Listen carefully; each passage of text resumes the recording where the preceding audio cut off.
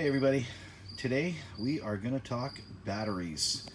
In particular, this Dakota lithium. This is the iron phosphate 60 amp hour, 1000 cranking amps, cold cranking amps, and it's considered a dual purpose battery. So let me share what I've learned. So anyone following this actuator build knew that I was going to use a separate battery using my Minn Kota box. Very heavy battery. I weighed this thing in at over 40 pounds. That's my scale, actually. The Argo battery is sitting here, and that comes in at over 35 pounds. So you do the math on that. So I'm trying to reduce the weight, make this simple. I had a hard time getting some information on this. Talked to a lot of people. Actually, a dedicated battery company here in Barrie said that no, you can't use this DL Plus battery without getting a 12 to 12 volt, I don't know, charging connector or something, which was about 280 bucks. So I dug and I dug and I dug, and I got on the Dakota website and looked through it, and I found out, lo and behold, can you charge this from your car battery or your ship's power? And the answer is a resounding yes.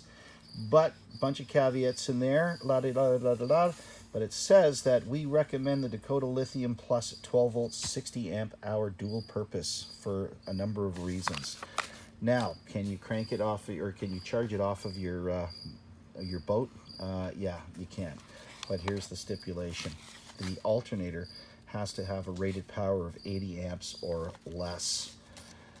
So I wish the guys from the battery company knew that, and so I sourced out the alternator that I have on this Argo, and cranking amps will put out 40 amps, so I'm well within it. Here's those weights. So the Argo battery came in at 34, the deep cycle at 47, the lithium 15.6. So I'm going to shed over 65 pounds. And let's look at some of the challenges we had. I'll just carry this over. You can literally carry this over with a couple of fingers. So I've disconnected the battery. I took it out, and lo and behold, it had the standard post terminals on it for the battery. I was able to take those off, and it already had ring terminals on the cables. So that's a huge bonus. This battery is going to drop right in. Right in. Happy, happy, happy. Fits like a glove. So we're going to get to the wiring of how we're going to do this. My plan is to take an old set of booster cables, which I have here. They're long enough. I'm going to cut them off. I'm going to fish them through and put a Anderson connector, very similar to like this one here that I have for my reversing winch. I'll mount that inside. You already saw the Garmin cable is already fished through. I'm going to continue using this concept, this 12 volt accessory plug adapter. What I'm going to do is I have a bunch of these NOCO chargers. I like the NOCO chargers. I'm going to use one of these female connectors for that, and I'll wire that up. And that will allow me to say, if I have my air compressor in the back or whatnot, that little 12 volt one to pump up my tires, I can use that. I'll run it through some loam. Here's some primary wire. This is 18, or what is this, 14 gauge wire I'm going to run for the actuator power. And I've got, that was on sale today also at Princess Auto, so I picked it up. I'm going to incorporate a 50 amp stud type circuit breaker for that trolling motor. And I'll fasten it with these, what do they call these guys? These lug terminal connectors, and to the battery. So there you go. So one of the downsides to this battery is the, apparently you're not supposed to charge this thing when it's really cold. So come wintertime, I might take it out. But here's a huge bonus. I don't know if I have the receipt kicking around here or not. I think I do over here. I called the battery company in Barrie after I found out all this information. I said, okay, well, I'm going to come down and get the battery. They go, well, we don't have any. In fact, we're not going to have any for a long time. So luckily for me, I went online, and Cabela's actually had them on sale. So I went down to Cabela's, last one. There's two guys that showed up just after me waiting to get this battery. And the guy said it's the last one in Canada. So he said to me, if I want it, I can take it. But the problem is, it doesn't have any screw-in studs. We can't find them. He goes, so I'll give you another 10% off. And I said, well, that's awesome news, because I have my own idea for what I want to do with this, and you see it already.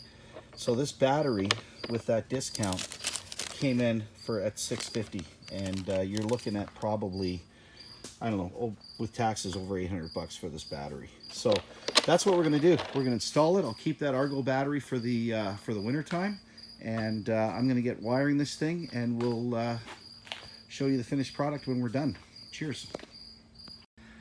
Well, guys, here's something I don't get to see very often, and that is a clean workbench. And the reason being is we are finished our Dakota DL Plus battery hookup for this trolling motor, and also engine starting, cranking. So let's see what we've done. You've already seen this setup, and I ran the wires, fished them through underneath the seat, actually in the tunnel here, and I was going to hardwire them, but I decided, you know what, everything just tucks up underneath the seat. So there's the Anderson connectors for the motor itself. I mentioned I was going to go with a 12-volt outlet.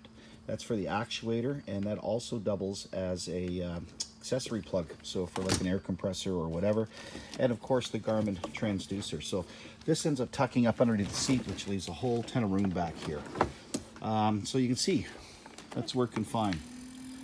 There's a little bit of action there, and our switch, reversible switch, up and down. So as we said, the objective here was to dual purpose was great. I can eliminate the 2 batteries that I had. There's a Minn Kota battery. I don't know remember it was 40 pounds or something. And of course the Argo battery. So take a look up front here. Put this bimini top down back there, and let's go underneath the seat and see this wiring. Bonus was I was able to use the existing Argo battery cover, and just put a hole in that for my tether for the charging. And I can see here, oh, I got some tape down there. Oh, that's right, there's that 50 amp breaker I was talking about. So I'm gonna wrap that up with some tape, let it fit in there all nice and snug. Everything's wired. One of the downfalls, I think, with this battery, or what I thought it was the charger that they gave you. It was seemed kind of cheap. I mentioned I like using these NOCO chargers. That one is a 10 amp, similar to this one here, and this is the one that came with it. And it said it was rated for 10 amps. So this little guy here puts out 3.5 amps, and that wasn't actually enough to push the charge through to that battery. So the 10 amp worked great. One of the other things I added for convenience is this little voltage, and it's a battery percentage meter. So it's dual purpose, and just a touch button. And the big thing here was it gave me my percentage. So it says 90%. And the bonus there is if I'm out on the water and that's getting low, I need to be able to start this machine to get out, so because I'm using the same battery. And so I'll be able to start the machine, and as we mentioned, it's got a 40 amp alternator, which will be adequate to charge this battery without causing any damage, or without having that 12 to 12 volt charging converter. Okay, so that is it. We're all set. This job exceeded expectations. Turned out really well. It's going to be practical. It's going to be easy for my wife and I to get out in the water. And like I say, it's one of those things, you got to find solutions to problems, and I think we've done that. So until next time, everybody, play safe.